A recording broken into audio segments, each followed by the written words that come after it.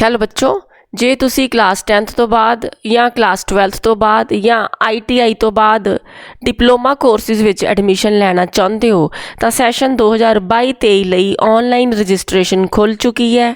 ਤੁਸੀਂ online registration ਕਰ ਸਕਦੇ ਹੋ। ਅੱਜ ਦੀ ਵੀਡੀਓ ਵਿੱਚ ਅਸੀਂ ਦੇਖਾਂਗੇ ਕਿ ਆਨਲਾਈਨ ਰਜਿਸਟ੍ਰੇਸ਼ਨ ਕਿੱਦਾਂ ਕਰਨੀ ਹੈ, ਇਹਦੇ ਕਿਹੜੇ ਸਟੈਪਸ ਨੇ, ਸਾਰੇ ਸਟੈਪਸ ਡਿਟੇਲ 'ਚ ਦੇਖਾਂਗੇ।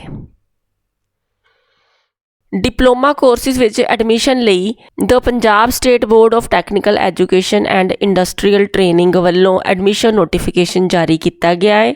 ਇਹਨਾਂ ਨੇ ਆਪਣੇ ਹੈਲਪ ਡੈਸਕ ਫੋਨ ਨੰਬਰ ਜਿਹੜੇ ਨੇ ਉਹ ਵੀ ਇੱਥੇ ਦਿੱਤੇ ਨੇ, ਜਿਹੜੇ ਕਿ ਹਰ ਵਰਕਿੰਗ ਡੇ ਤੇ ਸਵੇਰੇ 9 ਵਜੇ ਤੋਂ 5 ਵਜੇ ਤੱਕ ਫੰਕਸ਼ਨਲ ਰਹਿਣਗੇ। ਇਹਨਾਂ ਨੇ ਆਪਣੀ ਈਮੇਲ ਵੀ ਦਿੱਤੀ ਹੈ ਜਿੱਥੇ ਤੁਸੀਂ ਕਿਸੇ ਵੀ ਤਰ੍ਹਾਂ ਦੀ ਕੋਈ ਕੁਐਰੀ ਦੇ ਲਈ ਮੇਲ ਪਾ ਸਕਦੇ ਹੋ। ਇਸ ਤੋਂ ਇਲਾਵਾ ਇਹਨਾਂ ਦੀ ਵੈਬਸਾਈਟ ਹੈ www.punjabteched.com ਤੇ ਨਾਲ ਹੀ www.punjabteched.net। ਸੋ ਆਨਲਾਈਨ ਰਜਿਸਟ੍ਰੇਸ਼ਨ ਕਰਨ ਲਈ ਸਭ ਤੋਂ ਪਹਿਲਾਂ ਤੁਹਾਨੂੰ Punjab state board of technical education and industrial training the official website ਤੇ ਜਾਣਾ ਪਵੇਗਾ।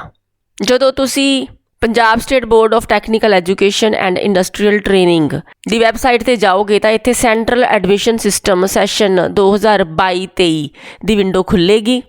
ਇਸ ਵਿੰਡੋ ਵਿੱਚ ਇੱਕ ਪਾਸੇ ਨੋਟਿਸਿਸ ਐਂਡ ਅਪਡੇਟਸ ਦਿੱਤੇ ਹੋਣਗੇ, ਦੂਜੇ ਪਾਸੇ ਇੱਥੇ ਯੂਜ਼ਰ ਲੌਗਇਨ ਦਿੱਤਾ ਹੋਏਗਾ। ਲੇਕਿਨ ਕਿਉਂਕਿ ਅਸੀਂ ਨਵੀਂ ਰਜਿਸਟ੍ਰੇਸ਼ਨ ਕਰਨੀ ਹੈ, ਅਸੀਂ ਇੱਥੇ ਜਾਵਾਂਗੇ ਨਿਊ ਯੂਜ਼ਰ ਰਜਿਸਟ੍ਰੇਸ਼ਨ ਦੇ ਵਿੱਚ। ਜਦੋਂ ਤੁਸੀਂ ਇੱਥੇ ਕਲਿੱਕ ਕਰੋਗੇ ਤਾਂ ਅਗਲੀ ਵਿੰਡੋ ਖੁੱਲ੍ਹੇਗੀ। ਅਗਲੀ ਵਿੰਡੋ ਆ ਖੁੱਲ੍ਹੇਗੀ ਜਿਹਦੇ ਵਿੱਚ ਕਿ ਤੁਹਾਨੂੰ ਰਜਿਸਟ੍ਰੇਸ਼ਨ ਫਾਰਮ ਮਿਲੇਗਾ। ਇਹ ਜਿਹੜਾ ਰਜਿਸਟ੍ਰੇਸ਼ਨ ਫਾਰਮ ਹੈ, ਇਹਨੂੰ ਭਰਨ ਤੋਂ ਪਹਿਲਾਂ ਅਸੀਂ ਆਪਣੀ ਸਟਰੀਮ ਜਿਹੜੀ ਆ ਉਹ ਸਿਲੈਕਟ ਕਰਨੀ ਆ। ਸੋ ਸਭ ਤੋਂ ਪਹਿਲਾਂ ਤੁਸੀਂ ਇੱਥੇ ਸਿਲੈਕਟ ਸਟਰੀਮ ਦੇ ਵਿੱਚ ਜਾਓਗੇ ਤੇ ਇੱਥੇ ਕਲਿੱਕ ਕਰੋਗੇ। ਜਿੱਦਾਂ ਤੁਸੀਂ ਇੱਥੇ ਸਿਲੈਕਟ ਸਟਰੀਮ 'ਚ ਕਲਿੱਕ ਕਰੋਗੇ ਤੁਹਾਡੇ ਅੱਗੇ ਚੋਇਸਿਸ ਖੁੱਲ੍ਹ ਜਾਣਗੀਆਂ, ਜਿੱਦਾਂ ਕਿ diploma in engineering, diploma in pharmacy, lateral entry to diploma engineering, modern office practice, ਇੱਦਾਂ ਆਪਸ਼ਨਸ ਆਉਣਗੀਆਂ। ਜੇ ਤੁਸੀਂ ਕਲਾਸ 10th ਕੀਤੀ ਹੈ ਜਾਂ 12th ਕਲਾਸ ਵਿਦ ਆਰਟਸ ਜਾਂ ਕਾਮਰਸ ਕੀਤੀ ਹੈ ਜਾਂ ਤੁਸੀਂ 1 ਸਾਲ ਦੀ ITI ਕੀਤੀ ਹੈ, ਫਿਰ ਤਾਂ ਤੁਹਾਨੂੰ ਜਿਹੜੇ ਵੀ ਡਿਪਲੋਮੇ ਨੇ ਇਹਨਾਂ ਦੇ ਫਸਟ ਈਅਰ ਦੇ ਵਿੱਚ ਐਡਮਿਸ਼ਨ ਮਿਲੂਗੀ। ਲੇਕਿਨ ਜੇ ਤੁਸੀਂ +2 ਵਿਦ ਨਾਨ ਮੈਡੀਕਲ ਕੀਤੀ ਹੈ ਜਾਂ ITI 2 ਸਾਲ ਦਾ ਕੋਰਸ ਕੀਤਾ ਹੋਇਆ ਤਾਂ ਤੁਸੀਂ ਲੇਟਰਲ ਐਂਟਰੀ ਟੂ ਡਿਪਲੋਮਾ ਇੰਜੀਨੀਅਰਿੰਗ ਦੇ ਵਿੱਚ ਕਲਿੱਕ ਕਰੋਗੇ ਤੇ ਇੱਥੇ ਤੁਹਾਨੂੰ ਡਿਪਲੋਮਾ ਕੋਰਸ ਦੇ ਵਿੱਚ ਸਿੱਧੇ ਸੈਕੰਡ ਈਅਰ ਦੇ ਵਿੱਚ ਐਡਮਿਸ਼ਨ ਮਿਲੂਗੀ, ਜਿਹਦੇ ਨਾਲ ਕਿ ਤੁਹਾਡਾ 1 ਸਾਲ ਬਚ ਜਾਏਗਾ।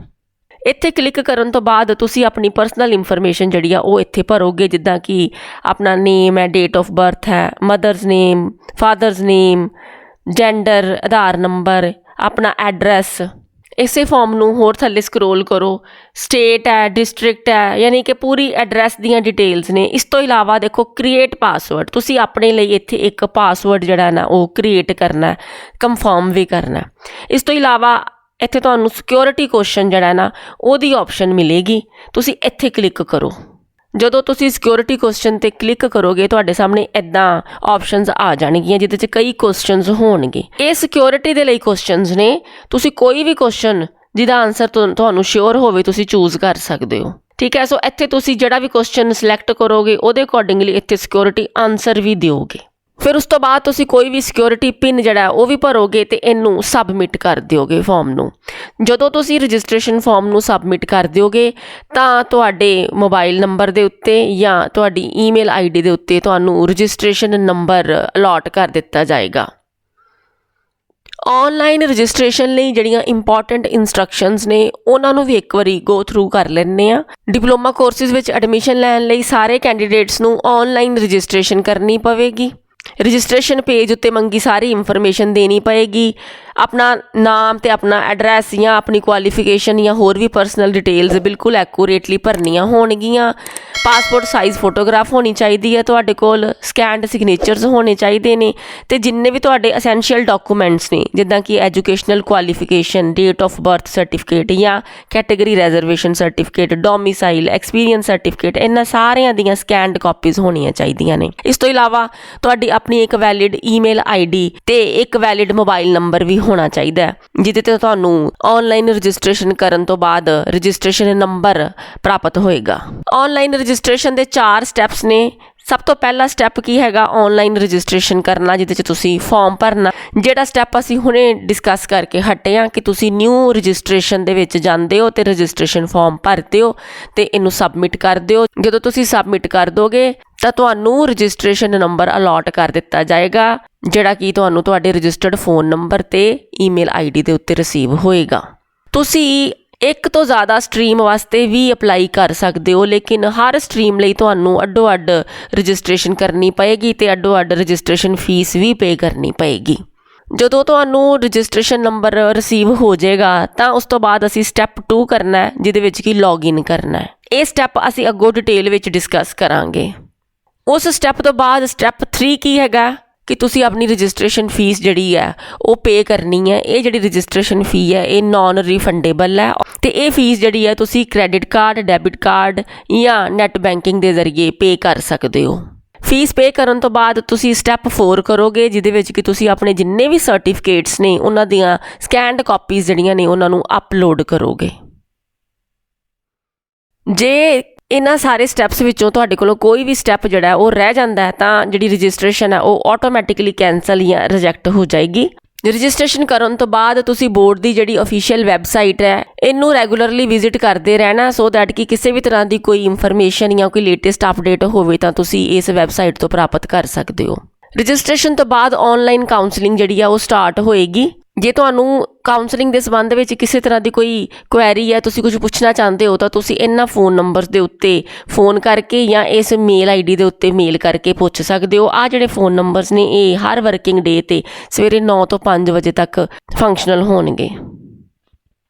ਡਾਕੂਮੈਂਟਸ ਕਿਹੜੇ ਤੁਹਾਨੂੰ ਚਾਹੀਦੇ ਨੇ ਅਪਲੋਡ ਕਰਨ ਲਈ? ਇੱਕ ਤੇ ਤੁਹਾਡਾ DMC ਚਾਹੀਦਾ, ਕੁਆਲੀਫਾਈਂਗ ਐਗਜ਼ਾਮ ਦਾ, ਯਾਨੀ ਕਿ 10ਵੀਂ ਦਾ ਜਾਂ 12ਵੀਂ ਦਾ ਜਾਂ ITI ਦਾ ਜਿਹੜਾ ਵੀ ਤੁਹਾਡਾ DMC ਹੈ ਉਹ ਤੁਹਾਨੂੰ ਚਾਹੀਦਾ। ਡੇਟ ਆਫ ਬਰਥ ਲਈ ਮੈਟ੍ਰਿਕ ਦਾ ਯਾਨੀ ਕਿ 10ਵੀਂ ਦਾ ਸਰਟੀਫਿਕੇਟ ਚਾਹੀਦਾ।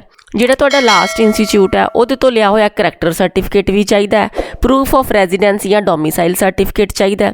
ਜੇ ਤੁਸੀਂ ਕਿਸੇ ਰਿਜ਼ਰਵਡ ਕੈਟੇਗਰੀ ਨੂੰ ਬਿਲੋਂਗ ਕਰਦੇ ਹੋ ਤਾਂ ਫਿਰ ਰਿਜ਼ਰਵ ਕੈਟੇਗਰੀ ਦਾ ਸਰਟੀਫਿਕੇਟ ਵੀ ਚਾਹੀਦਾ। ਇਨਕਮ ਸਰਟੀਫਿਕੇਟ ਵੀ ਚਾਹੀਦਾ। ਇਸ ਤੋਂ ਇਲਾਵਾ ਆ ਜਿਹੜੇ ਵੀ ਸਰਟੀਫਿਕੇਟਸ ਨੇ ਇਹਨਾਂ ਦੀਆਂ 2 ਅਟੈਸਟਡ ਕਾਪੀਜ਼ ਚਾਹੀਦੀਆਂ ਨੇ, ਪਾਸਪੋਰਟ ਸਾਈਜ਼ ਫੋਟੋ ਵੀ ਚਾਹੀਦੀ ਹੈ। ਹੁਣ ਅਸੀਂ ਕੋਰਸ ਫੀ ਦੀ ਗੱਲ ਕਰਦੇ ਹਾਂ। ਫੀਸ ਕਿੰਨੀ ਆ? For all categories of candidates ਜਿਨ੍ਹਾਂ ਨੇ ਕਿ first year of diploma engineering ਦੇ ਵਿੱਚ ਐਡਮਿਸ਼ਨ ਲੈਣੀ ਆ, ਉਹਨਾਂ ਦੇ ਲਈ ਫੀਸ ਹੈਗੀ ਆ 550 ਰੁਪਏ। ਜਿਹੜੇ ਕੈਂਡੀਡੇਟਸ ਨੇ +2 ਵਿਦ ਨਾਨ ਮੈਡੀਕਲ ਕੀਤੀ ਹੈ ਜਾਂ ITI 2 ਸਾਲ ਦੀ ਕੀਤੀ ਹੈ ਉਹਨਾਂ ਨੂੰ ਲੇਟਰਲ ਐਂਟਰੀ ਐਡਮਿਸ਼ਨ ਸੈਕੰਡ ਈਅਰ ਦੇ ਵਿੱਚ ਮਿਲ ਸਕਦੀ ਹੈ। ਸੋ ਨਾਨ SC ST ਕੈਟੇਗਰੀਜ਼ ਦੇ ਕੈਂਡੀਡੇਟਸ ਦੇ ਲਈ ਫੀਸ ਹੈਗੀ ਆ 1250 ਰੁਪਏ। ਇਸੇ ਤਰ੍ਹਾਂ ਹੀ ਜਿਹੜੇ SC ST ਕੈਟੇਗਰੀਜ਼ ਦੇ ਕੈਂਡੀਡੇਟਸ ਨੇ ਲੇਟਰਲ ਐਂਟਰੀ ਐਡਮਿਸ਼ਨ ਲਈ ਉਹਨਾਂ ਦੀ ਫੀਸ 1000 ਰੁਪਏ ਹੈ। ਔਰ ਇਹ ਰਜਿਸਟ੍ਰੇਸ਼ਨ ਫੀਸ ਤੁਸੀਂ ਨੈੱਟ ਬੈਂਕਿੰਗ, ਡੈਬਿਟ ਕਾਰਡ ਜਾਂ ਕ੍ਰੈਡਿਟ ਕਾਰਡ ਦੇ ਜ਼ਰੀਏ ਪੇ ਕਰ ਸਕਦੇ ਹੋ। ਅੱਛਾ, ਜਦੋਂ ਹੁਣ ਤੁਸੀਂ ਨਵੀਂ ਰਜਿਸਟ੍ਰੇਸ਼ਨ ਕਰ ਲਈ, ਤੁਹਾਨੂੰ ਰਜਿਸਟ੍ਰੇਸ਼ਨ ਨੰਬਰ ਅਲਾਟ ਹੋ ਗਿਆ, ਹੁਣ ਤੁਸੀਂ ਦੁਬਾਰਾ ਤੋਂ ਅਫੀਸ਼ੀਅਲ ਵੈਬਸਾਈਟ ਜਿਹੜੀ ਹੈ ਸਟੇਟ ਬੋਰਡ ਦੀ ਇਹਦੇ 'ਤੇ ਜਾਣਾ। ਤੇ ਅੱਗੇ ਅਸੀਂ ਇੱਥੇ ਗਏ ਸੀ ਨਿਊ ਯੂਜ਼ਰ ਰਜਿਸਟ੍ਰੇਸ਼ਨ ਤੇ, ਹੁਣ ਅਸੀਂ ਇੱਥੇ ਨਹੀਂ ਜਾਣਾ, ਹੁਣ ਅਸੀਂ ਲੌਗਇਨ ਕਰਨਾ। ਸੋ ਆ ਯੂਜ਼ਰ ਲੌਗਇਨ ਦੇ ਅੱਗੇ ਦੇਖੋ ਰਜਿਸਟ੍ਰੇਸ਼ਨ ਨੰਬਰ ਦੇ ਲਈ ਜਗ੍ਹਾ ਬਣੀ ਹੋਈ, ਇੱਥੇ ਤੁਸੀਂ ਜਿਹੜਾ ਤੁਹਾਨੂੰ ਅਲਾਟ ਹੋਇਆ ਰਜਿਸਟ੍ਰੇਸ਼ਨ ਨੰਬਰ ਉਹ ਭਰ ਦੇਣਾ। ਠੀਕ ਹੈ, ਪਾਸਵਰਡ ਭਰਨਾ ਤੇ ਜੋ ਵੀ ਡਿਟੇਲ ਮੰਗੀ ਜਾਏ ਭਰ ਕੇ ਤੁਸੀਂ ਲੌਗਇਨ ਕਰ ਦੇਣਾ। ਜਦੋਂ ਤੁਸੀਂ ਇਹ ਲੌਗਇਨ ਕਰੋਗੇ ਤਾਂ ਤੁਹਾਡੇ ਅੱਗੇ ਐਪਲੀਕੇਸ਼ਨ ਫਾਰਮ ਆ ਜਾਏਗਾ, ਜਿਹਦੇ ਵਿੱਚ ਤੁਸੀਂ ਸਾਰੀ ਡਿਟੇਲ ਭਰੋਗੇ, ਫੀਸ ਵਗੈਰਾ ਦੀ ਵੀ ਸਾਰੀ ਡਿਟੇਲ ਭਰੋਗੇ ਤੇ ਪ੍ਰੋਸੈਸ ਜਿਹੜੀ ਆ ਅੱਗੇ ਕੰਟੀਨਿਊ ਕਰੋਗੇ। ਸੈਸ਼ਨ 2022-23 ਦੇ ਲਈ ਆਨਲਾਈਨ ਰਜਿਸਟ੍ਰੇਸ਼ਨ ਜਿਹੜੀ ਆ ਉਹਦਾ ਫਸਟ ਰਾਊਂਡ 30 ਜੁਲਾਈ ਤੋਂ ਸ਼ੁਰੂ ਹੋ ਚੁੱਕਾ ਹੈ। ਅਜੇ ਤੱਕ ਬੋਰਡ ਵੱਲੋਂ ਆਨਲਾਈਨ ਐਪਲੀਕੇਸ਼ਨ ਦੀ ਸਬਮਿਸ਼ਨ ਲਈ ਕੋਈ ਲਾਸਟ ਡੇਟ ਜਿਹੜੀ ਆ ਉਹ ਅਨਾਉਂਸ ਨਹੀਂ ਕੀਤੀ ਗਈ। ਜਦੋਂ ਤੁਸੀਂ ਰਜਿਸਟ੍ਰੇਸ਼ਨ ਕਰੋਗੇ ਤਾਂ ਜਿਹੜੀ ਫਸਟ ਕਾਉਂਸਲਿੰਗ ਹੈ ਉਹਦੀ ਚੋਇਸ ਫਿਲਿੰਗ ਵੀ ਤੁਸੀਂ ਆਨਲਾਈਨ ਹੀ ਕਰਨੀ ਆ। ਲੇਕਿਨ ਜਿਹੜੇ ਕਾਲਜ 'ਚ ਤੁਸੀਂ ਐਡਮਿਸ਼ਨ ਲੈਣੀ ਆ ਤੁਸੀਂ ਪਹਿਲਾਂ ਹੀ ਡਿਸਾਈਡ ਕਰ ਚੁੱਕੇ ਹੋ, ਚੂਜ਼ ਕਰ ਚੁੱਕੇ ਹੋ, ਤਾਂ ਕਿਸੇ ਵੀ ਤਰ੍ਹਾਂ ਦੀ ਕੋਈ ਹੈਲਪ ਚਾਹੀਦੀ ਹੋਵੇ ਤਾਂ ਤੁਸੀਂ ਉਸ ਕਾਲਜ ਨੂੰ ਵੀ ਅਪਰੋਚ ਕਰ ਸਕਦੇ ਹੋ। ਸੋ ਬੋਰਡ ਵੱਲੋਂ ਜਿਹੜਾ ਸਕੈਡਿਊਲ ਜਾਰੀ ਕੀਤਾ ਜਾਏਗਾ ਉਹਦੇ ਅਕੋਰਡਿੰਗਲੀ ਤੁਸੀਂ ਫਸਟ ਕਾਉਂਸਲਿੰਗ ਲਈ ਚੋਇਸ ਫਿਲਿੰਗ ਕਰੋਗੇ ਤੇ ਉਸ ਤੋਂ ਬਾਅਦ ਜਦੋਂ ਫਸਟ ਕਾਉਂਸਲਿੰਗ ਦਾ ਰਿਜ਼ਲਟ ਆ ਜਾਏਗਾ ਤਾਂ ਤੁਹਾਨੂੰ ਬੋਰਡ ਵੱਲੋਂ ਪ੍ਰੋਵਿਜ਼ਨਲ ਅਲਾਟਮੈਂਟ ਲੈਟਰ ਜਾਰੀ ਕੀਤੀ ਜਾਵੇਗੀ। ਪ੍ਰੋਵਿਜ਼ਨਲ ਅਲਾਟਮੈਂਟ ਲੈਟਰ ਮਿਲਣ ਤੋਂ ਬਾਅਦ ਤੁਸੀਂ ਫਸਟ ਸਮੈਸਟਰ ਦੀ ਫੀਸ ਜਿਹੜੀ ਆ ਉਹ ਜਮ੍ਹਾਂ ਕਰਵਾਉਣੀ ਹੈ ਤੇ ਜਿਹੜਾ ਇੰਸਟੀਚਿਊਟ ਹੈ ਜਿਹਦੇ 'ਚ ਤੁਸੀਂ ਐਡਮਿਸ਼ਨ ਲਈ ਆ ਉਹਨੂੰ ਅਪਰੋਚ ਕਰਨਾ ਆਪਣੀ ਸੀਟ ਕੰਫਰਮ ਕਰਨ ਦੇ ਲਈ। ਫਸਟ ਰਾਊਂਡ ਆਫ ਕਾਉਂਸਲਿੰਗ ਖਤਮ ਹੋਣ ਤੋਂ ਬਾਅਦ ਜਿੰਨੀਆਂ ਸੀਟਸ ਬਚ ਜਾਣਗੀਆਂ ਉਹਨਾਂ ਲਈ ਫਿਰ ਸੈਕਿੰਡ ਰਾਊਂਡ ਦੀ ਆਨਲਾਈਨ ਰਜਿਸਟ੍ਰੇਸ਼ਨ ਸ਼ੁਰੂ ਹੋ ਜਾਏਗੀ। ਤੇ ਸੈਕਿੰਡ ਰਾਊਂਡ ਵਿੱਚ ਜਿਹੜੀਆਂ ਕੋਈ ਸੀਟਸ ਬਚਣਗੀਆਂ ਉਹਨਾਂ ਲਈ ਥਰਡ ਕਾਉਂਸਲਿੰਗ ਦਾ ਸ਼ਡਿਊਲ ਵੀ ਜਾਰੀ ਕੀਤਾ ਜਾਏਗਾ। ਲੇਕਿਨ ਹੋ ਸਕਦਾ ਹੈ ਕਿ ਸੈਕਿੰਡ ਜਾਂ ਥਰਡ ਰਾਊਂਡ ਆਫ ਕਾਉਂਸਲਿੰਗ ਦੇ ਵਿੱਚ ਕਈ ਵਾਰੀ ਆਪਣੀ ਚੋਇਸ ਦੇ ਜਾਂ ਆਪਣੇ ਫੇਵਰੇਟ ਜਿਹੜੇ ਕਾਲਜਿਸ ਨੇ ਉਹਨਾਂ ਦੇ ਵਿੱਚ ਐਡਮਿਸ਼ਨ ਨਹੀਂ ਮਿਲਦੀ। ਇਸ ਕਰਕੇ ਜੇ ਤੁਸੀਂ ਪਾਰਟੀਕੂਲਰ ਕਿਸੇ ਕਾਲਜ ਵਿੱਚ ਐਡਮਿਸ਼ਨ ਲੈਣ ਦੇ ਚਾਹਵਾਨ ਹੋ ਤਾਂ ਤੁਸੀਂ ਕੋਸ਼ਿਸ਼ ਕਰੋ ਕਿ ਸਮੇਂ ਸਿਰ ਆਨਲਾਈਨ ਰਜਿਸਟ੍ਰੇਸ਼ਨ ਕਰਕੇ ਤੇ ਫਸਟ ਕਾਉਂਸਲਿੰਗ ਦੇ ਵਿੱਚ ਹੀ ਆਪਣਾ ਮਨਪਸੰਦ ਕਾਲਜ ਜਿਹੜਾ ਹੈਗਾ ਉਹਦੇ ਵਿੱਚ ਆਪਣੀ ਸੀਟ ਕੰਫਰਮ ਕਰ ਲਵੋ।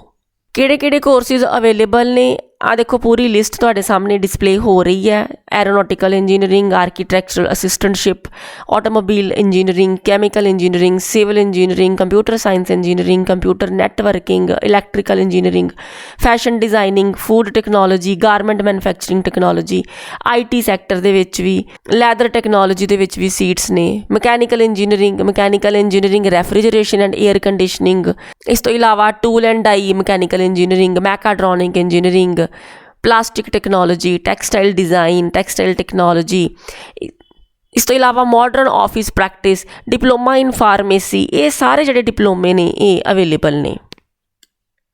ਪੂਰੇ ਪੰਜਾਬ ਵਿੱਚ ਤਕਰੀਬਨ 170 ਕਾਲਜਿਸ ਨੇ ਜਿਨ੍ਹਾਂ ਦੇ ਵਿੱਚ ਇਹ ਡਿਪਲੋਮਾ ਕੋਰਸਿਸ ਕਰਵਾਏ ਜਾ ਰਹੇ ਨੇ, ਜਿਨ੍ਹਾਂ ਦੇ ਵਿੱਚ ਸਭ ਤੋਂ ਜ਼ਿਆਦਾ ਜਿਹੜੇ ਨੇ ਕਾਲਜਿਸ ਉਹ ਬਠਿੰਡਾ ਦੇ ਵਿੱਚ 15, ਮੋਹਾਲੀ ਚੰਡੀਗੜ੍ਹ 'ਚ 15 ਤੇ ਪਟਿਆਲੇ ਵਿੱਚ 15 ਨੇ, ਜਦੋਂ ਕਿ ਜਲੰਧਰ, ਕਪੂਰਥਲਾ ਤੇ ਅੰਮ੍ਰਿਤਸਰ ਇਹਨਾਂ ਦੇ ਵਿੱਚ 14 ਕਾਲਜਿਸ ਨੇ। ਜਦੋਂ ਵੀ ਤੁਸੀਂ ਆਪਣੇ ਕਾਲਜ ਦੀ ਚੋਣ ਕਰਦੇ ਹੋ ਧਿਆਨ ਰੱਖਣਾ ਇਹਨਾਂ 3 ਚੀਜ਼ਾਂ ਦਾ। ਵੈਸੇ ਇਹਨਾਂ 3 ਪੁਆਇੰਟਸ ਦੇ ਬਾਰੇ ਵਿੱਚ ਅਸੀਂ ਆਪਣੀ ਪਿਛਲੀ ਵੀਡੀਓ ਵਿੱਚ ਵੀ ਤੁਹਾਨੂੰ ਦੱਸ ਚੁੱਕੇ ਹਾਂ, ਪਰ ਫਿਰ ਵੀ ਇੱਕ ਵਾਰੀ ਦੁਬਾਰਾ ਡਿਸਕਸ ਕਰ ਲੈਂਦੇ ਹਾਂ। ਕਾਲਜ ਦੀ ਚੋਣ ਕਰਨ ਤੋਂ ਪਹਿਲਾਂ ਦੇਖ ਲੈਣਾ ਵੀ ਫੀਸ ਸਟਰਕਚਰ ਜਾਂ ਜਿਹੜੀ ਉਸ ਕਾਲਜ ਦੀ ਫੀਸ ਹੈ ਤੁਹਾਡੇ ਬਜਟ 'ਚ ਆਉਂਦੀ ਆ। ਨਾਲ ਹੀ ਇਹ ਜ਼ਰੂਰ ਚੈੱਕ ਕਰਨਾ ਕਿ ਉਸ ਕਾਲਜ ਦੇ ਵਿੱਚ ਸਟੂਡੈਂਟਸ ਦੀ ਪਲੇਸਮੈਂਟ ਹਿਸਟਰੀ ਜਿਹੜੀ ਹੈ ਉਹ ਕਿੱਦਾਂ ਦੀ ਰਹੀ ਹੈ। ਘੱਟੋ ਘੱਟ ਪਿਛਲੇ 5 ਸਾਲ ਦੇ ਵਿੱਚ ਕਿੰਨੀਆਂ ਪਲੇਸਮੈਂਟਸ ਹੋਈਆਂ ਨੇ, ਕਿੰਨੇ ਬੱਚਿਆਂ ਨੂੰ ਨੌਕਰੀਆਂ ਦਵਾਈਆਂ ਗਈਆਂ ਨੇ, ਕਿੱਥੇ ਦਵਾਈਆਂ ਗਈਆਂ ਨੇ, ਇਹਦਾ ਰਿਕਾਰਡ ਜ਼ਰੂਰ ਚੈੱਕ ਕਰ ਲਿਓ। ਨਾਲ ਹੀ ਇਨਫਰਾਸਟਰਕਚਰ ਫॉर ਸਕਿੱਲ ਲਰਨਿੰਗ ਇਹ ਵੀ ਜ਼ਰੂਰ ਦੇਖ ਲਿਓ ਵੀ ਉਸ ਕਾਲਜ ਦੇ ਵਿੱਚ ਪ੍ਰੋਪਰ ਵਰਕਸ਼ਾਪਸ ਹੈਗੀਆਂ ਨੇ, ਲੈਬਸ ਹੈਗੀਆਂ ਨੇ, ਤੁਹਾਨੂੰ ਪ੍ਰੈਕਟੀਕਲ ਨੌਲੇਜ ਦੇਣ ਦੇ ਲਈ ਸਾਰੀਆਂ ਮਸ਼ੀਨਰੀਜ਼ ਅਵੇਲੇਬਲ ਹੈ ਕਿ ਨਹੀਂ। ਇਹਨਾਂ 3 ਪੁਆਇੰਟਸ ਨੂੰ ਧਿਆਨ ਵਿੱਚ ਰੱਖਦੇ ਹੋਏ ਹੀ ਤੁਸੀਂ ਕਾਲਜ ਦੀ ਚੋਣ ਕਰਨਾ।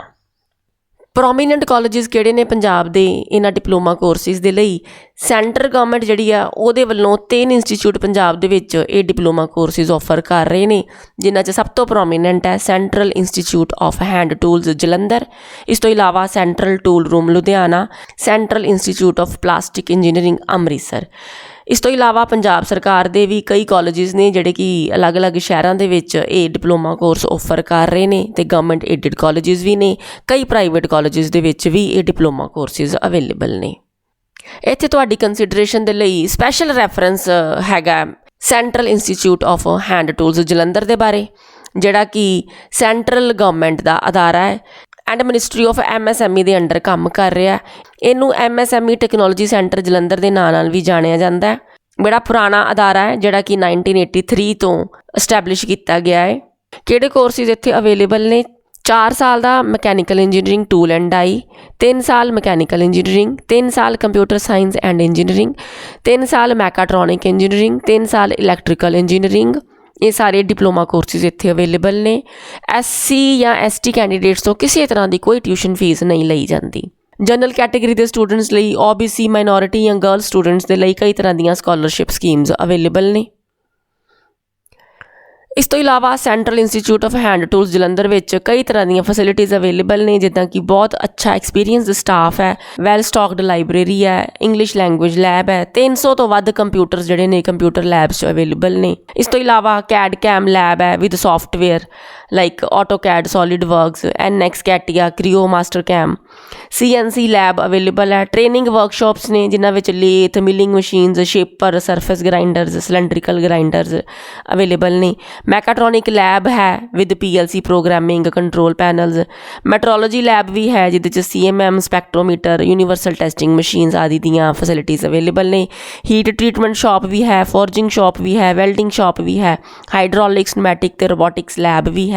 ਹਾਈ ਐਂਡ ਮਸ਼ੀਨਸ ਜਿਵੇਂ ਕਿ CNC, laser cutting machines, injection moulding machines, ਇੱਦਾਂ ਦੀਆਂ ਬਹੁਤ ਐਕਸਪੈਂਸਿਵ ਮਸ਼ੀਨਸ ਇੱਥੇ ਅਵੇਲੇਬਲ ਨੇ, ਜਿਹਦੇ ਨਾਲ ਕਿ ਤੁਹਾਨੂੰ ਆਪਣੇ ਹੱਥੀਂ ਕੰਮ ਕਰਨ ਦਾ ਮੌਕਾ ਮਿਲੇਗਾ ਅਤੇ ਪ੍ਰੈਕਟੀਕਲ ਟ੍ਰੇਨਿੰਗ ਵੀ ਮਿਲੇਗੀ। ਜੇ ਅਸੀਂ ਗੱਲ ਕਰੀਏ ਇਸ ਇੰਸਟੀਚਿਊਟ ਦੀ ਪਿਛਲੀ ਪਲੇਸਮੈਂਟ ਹਿਸਟਰੀ ਦੇ ਬਾਰੇ, ਤਾਂ ਇੱਥੋਂ ਦੇ ਪੜ੍ਹੇ ਹੋਏ ਵਿਦਿਆਰਥੀ ਬਹੁਤ ਹੀ ਅੱਛੀਆਂ ਕੰਪਨੀਜ਼ ਦੇ ਵਿੱਚ ਸਿਲੈਕਟ ਹੋਏ ਨੇ ਅਤੇ ਨੌਕਰੀਆਂ ਕਰ ਰਹੇ ਨੇ, ਜਿੱਦਾਂ ਕਿ ਸੋਨਾਲੀਕਾ, ਹਿੰਦੁਸਤਾਨ ਹਾਈਡ੍ਰੋਲਿਕਸ, ਹਿਮ ਟੈਕਨੋਫੋਰਜ, HB ਇੰਡਸਟਰੀਜ਼, ਸ਼ਾਰਪ ਚੱਕ, VK ਵਾਲਜ਼, OK ਫੋਰਜਿੰਗ, ਅਜੇ ਇੰਡਸਟਰੀਜ਼, ਲੀਡਰ ਵਾਲਜ਼ ਅਤੇ ਹੋਰ ਵੀ ਬਹੁਤ ਸਾਰੀਆਂ ਰਿਨਾਊਂਡ ਇੰਡਸਟਰੀਜ਼ ਦੇ ਵਿੱਚ ਇੱਥੋਂ ਦੇ ਜਿਹੜੇ ਵਿਦਿਆਰਥੀ ਨੇ ਉਹ ਜੌਬਸ ਕਰ ਰਹੇ ਨੇ। ਇੰਸਟੀਚਿਊਟ ਵੱਲੋਂ ਵੀ ਆਪਣੇ ਵਿਦਿਆਰਥੀਆਂ ਨੂੰ ਜੌਬਸ ਦਿਵਾਉਣ ਵਿੱਚ ਪੂਰੀ ਮਦਦ ਕੀਤੀ ਜਾਂਦੀ ਹੈ, ਪੂਰਾ ਸਹਿਯੋਗ ਦਿੱਤਾ ਜਾਂਦਾ ਹੈ। ਸੋ ਜੇ ਤੁਸੀਂ ਡਿਪਲੋਮਾ ਕੋਰਸ ਵਿੱਚ ਐਡਮਿਸ਼ਨ ਲੈਣ ਦੇ ਚਾਹਵਾਨ ਹੋ ਤਾਂ ਇੱਕ ਵਾਰੀ ਇਸ ਕਾਲਜ ਨੂੰ ਵੀ ਕੰਸੀਡਰ ਜ਼ਰੂਰ ਕਰਿਓ। ਬਾਕੀ ਆਨਲਾਈਨ ਰਜਿਸਟ੍ਰੇਸ਼ਨ ਜਿਹੜੀ ਆ ਉਹ ਜਲਦੀ ਤੋਂ ਜਲਦੀ ਕਰ ਲਓ ਅਤੇ ਆਪਣੀ ਸੀਟ ਕੰਫਰਮ ਕਰ ਲਓ। Wish you best of luck for your future. Thank you so much for watching the video.